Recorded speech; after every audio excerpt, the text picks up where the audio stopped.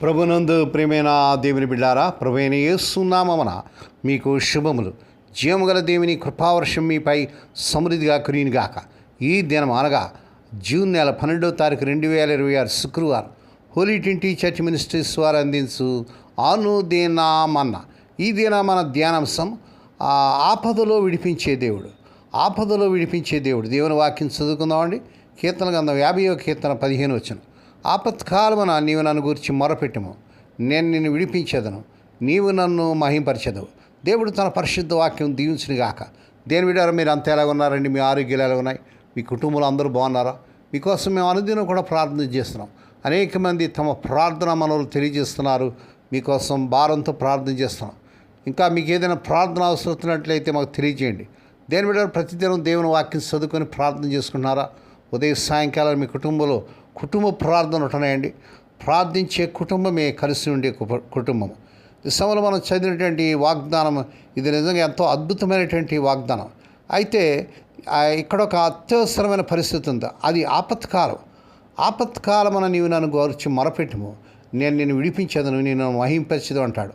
కొన్ని అనువాదాలు అటుపిమ్మట మీ ఆపదలో మీరు నాకు మొరపెట్టుడి, నేను మీ ఇక్కట్లు తొలగించును, మీరు నన్ను కీర్తించవచ్చని మరి కొన్ని అనువాదాలు మనం చూస్తున్నాం.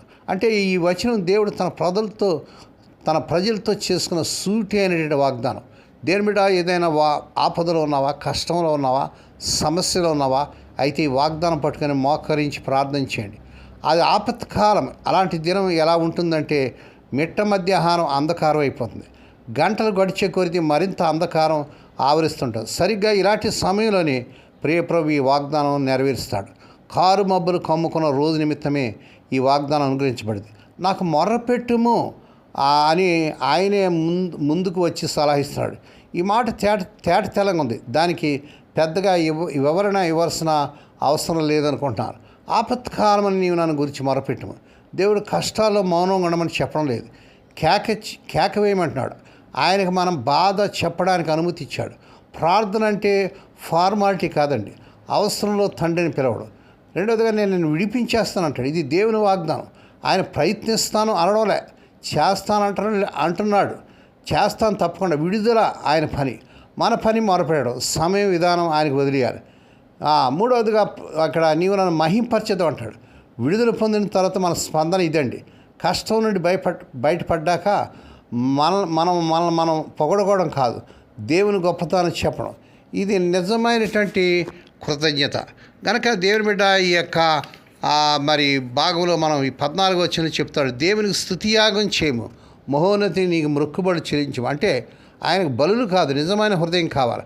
కష్టంలో గుర్తుకు వచ్చే దేవుడు కాదు, ఎప్పుడు ఆధారపడే దేవుడు కావాలి. దేవుని స్తోత్రం. ఒకవేళ దేవుని బిడ్డ ఈ సమయంలో ఈ ఆపదలో ఉన్న దేవుడు చెవులు మూసుకోలేదు. ఆయన పిలువు. దేవుని బిడ్డ ఆయన నిన్ను విడిపిస్తాడు. విడిపించిన తర్వాత ఆయన పేరును గొప్పగా చెప్పి ఆయన మహింపరచాలి. ఈ సమయంలో ఏ ఆపదలు ఉన్నావో దేవుని బిడ్డ ప్రతిరోజు ప్రతి క్షణం మొరపెట్టడమే మన అలవాటుగా ఉండాలి. ప్రభువు నామమున మొరపెట్టేందుకు స్వాతంత్రం పొందడం ఎంత కృపండి. ఈ అవకాశాన్ని చక్కగా ఉపయోగించుకునే జ్ఞానం మనకు దొరకడం ఎంత భాగ్యం అండి.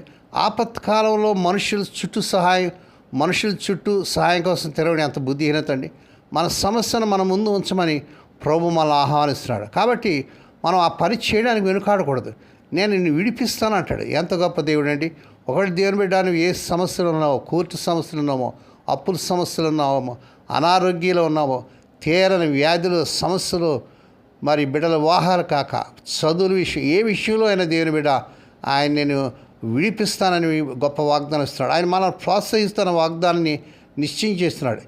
ఎంత గడ్డు సమస్య అని నా చేత కాదని ప్రియప్రభు అన్నాడు దేవుని బిడ్డ. మనుషులు అంటారు, మనుషులు చేత కాదు. సంపూర్ణమైన నిశ్చయమైన సంతోషకరమైన విడుదల ప్రియప్రభు మనకు వాగ్దానం చేస్తున్నాడు.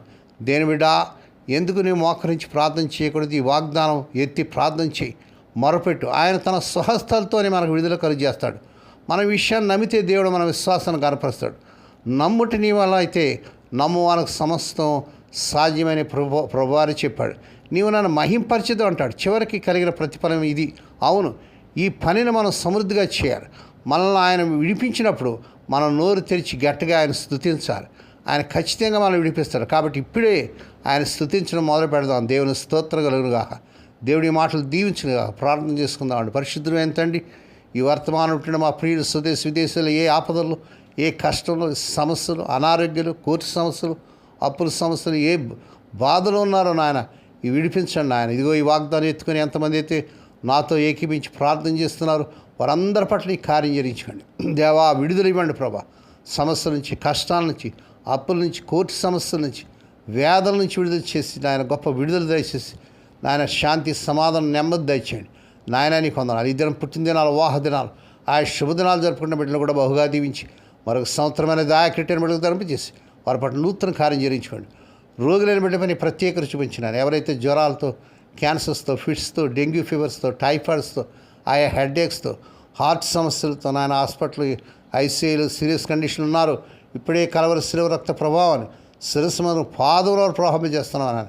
స్వస్థత, ఆరోగ్యం, విడుదల యేసునామములో ప్రకటిస్తున్నానండి. ఏ కుటుంబంలో అయితే తమ ప్రియులు నిద్రించి మాణించి దుఃఖముల వేదన వారికి కావాల్సిన ఆదరణ దయచేయండి. మా తండ్రి వివాహాలు కాక స్వదేశ విదేశాలు తిప్పబడుతున్న యవన బిడ్డల కోసం ప్రార్థన చేస్తాం.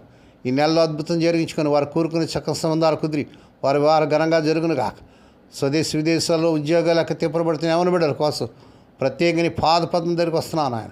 వారు అర్హత మించిన ఉద్యోగాలు ఈ నెలలో ఈ అద్భుతం జరిగి ఆ అర్హత మించిన ఉద్యోగాలు వచ్చినగా హోలీ ట్రినిటీ చర్చ్ మినిస్ట్రీస్ ద్వారా మా తండ్రి ఆ మారుమూరుగాములు, మా తండ్రి ఆ యొక్క మురికి వాళ్ళు, ఆయా గ్రామాల్లో, ఆ పట్టణాలు, ఆ రాష్ట్రాల్లో జరుగుతున్న పరిచయం దీవించి దీనదాస్తులను విధవాన్ని దిక్కులేని బిడ్డలు, తండ్రి లేని బిడ్డలను జ్ఞాపకం చేసుకుని వారి ప్రతి అవసరం తీర్చమని ఈ దినమంతటిని నీ బిడ్డలని కృపాస్తులకు అప్పగించుకుంటూ ఉదయం బయలుదేరి సాయంకాలం గృహం చేరుపర్యంతం కాపాడిన దూతలు కావలించమని. మరి ఈ దినం ఈ నెలలో నాయన బిడ్డలకు ఎన్నో ఖర్చులు ఉంటాయి. పిల్లలకి స్కూల్స్లో, కాలేజీలో జాయిన్ చేయాలి, యూనిఫామ్స్, ఫీజులు కట్టాలి నాయన, బుక్స్ కొనాలి, ఎన్నో ఖర్చులు తల్లిదండ్రులకు ఉంటాయి నాయన. మీరేని నా తండ్రి నీ యొక్క సమృద్ధిలోంచి సమస్యను దయచేసి క్రీస్తు యేసు మహిమలో బిడ్డలకు ప్రతి అవసరం తీర్చండి, సహాయం చేయమని. ఆయా ఎగ్జామ్స్ రాస్తున్న బిడ్డలతో మరి మనం సహాయం చేయమని యేసయ్య పరిశుద్ధ నామమున స్తుతించి గణపరిచి వేడుకొని ప్రార్థిస్తున్నాం తండ్రి.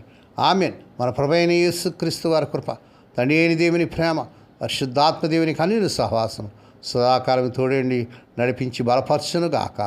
ఆమేన్.